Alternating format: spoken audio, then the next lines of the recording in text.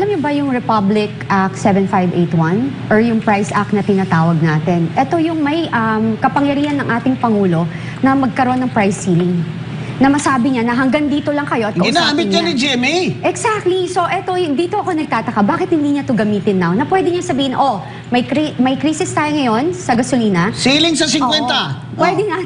Pwede ba natin, eto na, nagdedemand ako to all private sector companies na hanggang dito lang ang inyong presyo. Kasi kung may malasakit po talaga ang ating gobyerno, eto na po ang pinakamadaling batas sa kanyang pwedeng gawin na siya po mismo maggagawa nito. Di ba, mga Bing? Ang problema talaga, Congressman, ito, lagi nga iniisip yung deficit, pero utang naman siya ng utang.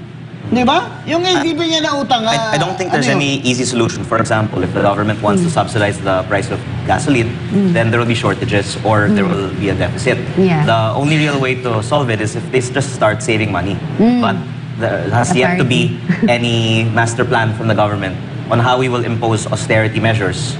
And maganda sana kung lead by example, di ba? Uy, oo. Pero, nako, magbisikleta ka na lang, BBM. Pwede naman, exercise pa yan. Kahit yung mga foreign travel, hindi kinat nung unang linggo pa lang ng crisis na ito.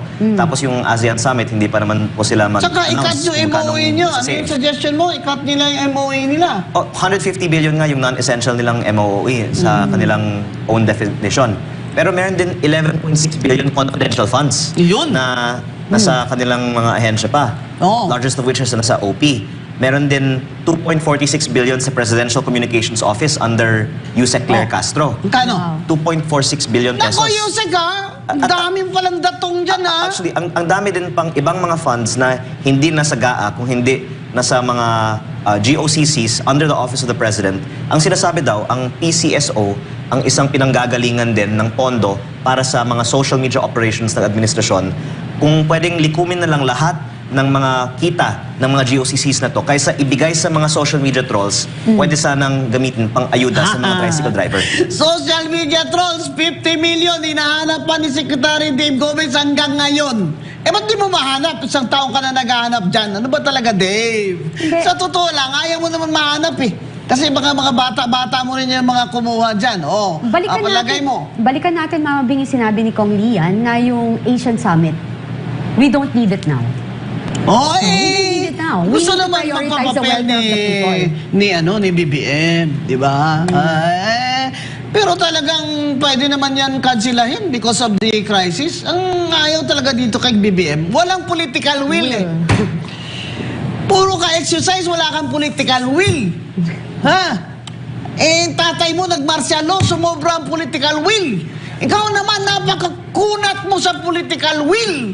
Alam mo, tinatanggap ni Attorney Vice Mayor Respicio ang hamon mo, BBM, na mag-wage kayo dyan sa Malacanang. Ako, ang hamon ko, walkathon. Walkathon, BBM, 5 kilometers, pero sa Luneta, ayoko ng aircon. Kaya dyan sa gym mo, aircon ka eh. Kahit masakit na yung tuhod mo, lalaban ka. Kahit ako may arthritis, partida ka pa. May arthritis pang Mama Bing. Hinahamon kayo ni Attorney Respicio na mag-contest kayo dyan sa inyong gym. Kaya BBM, yan talaga ang problema sa gobyernong ito. Ang tagal ko nang gustong mag-succeed si BBM, wala talaga kasi wala siyang political will. Ang sinasabi ko nga, Kong Lian, tsaka Mama Bing, ang sinasabi ko po palagi, hindi ho tayo nagiging critical sa gobyerno dahil gusto natin silang magkamali. Paalisin. We just want them to serve the people properly na naaayon sa karapatan natin bilang mamamayang Pilipino. We deserve it kasi we're paying our taxes, binoto natin sila, nagtiwala tayo sa kanila. So dapat talaga na, ibigay nila yung nararapat. And among all countries, look at Malaysia, Singapore, Thailand, and all other countries beside us.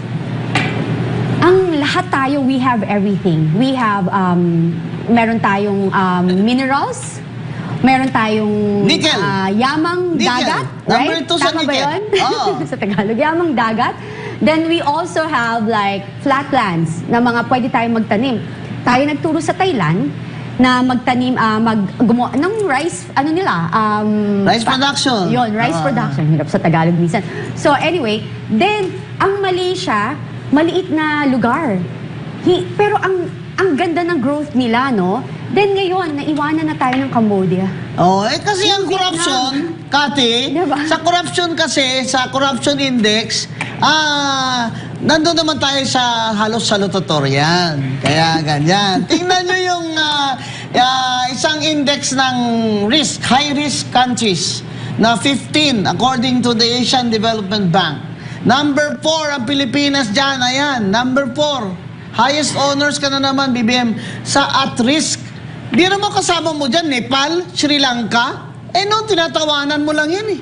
Di ba? Ngayon, number 4 ka na sa at-risk dahil sa fuel crisis at dependency natin sa imports. Abay, ultimo bigas, ini-import mo eh.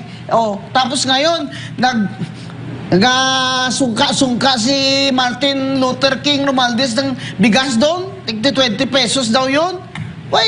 Kung gusto mo, sir, bigyan mo kami lahat. Huwag naman yung doon lang sa inyo para talaga ma-feel namin na tumutulong ka.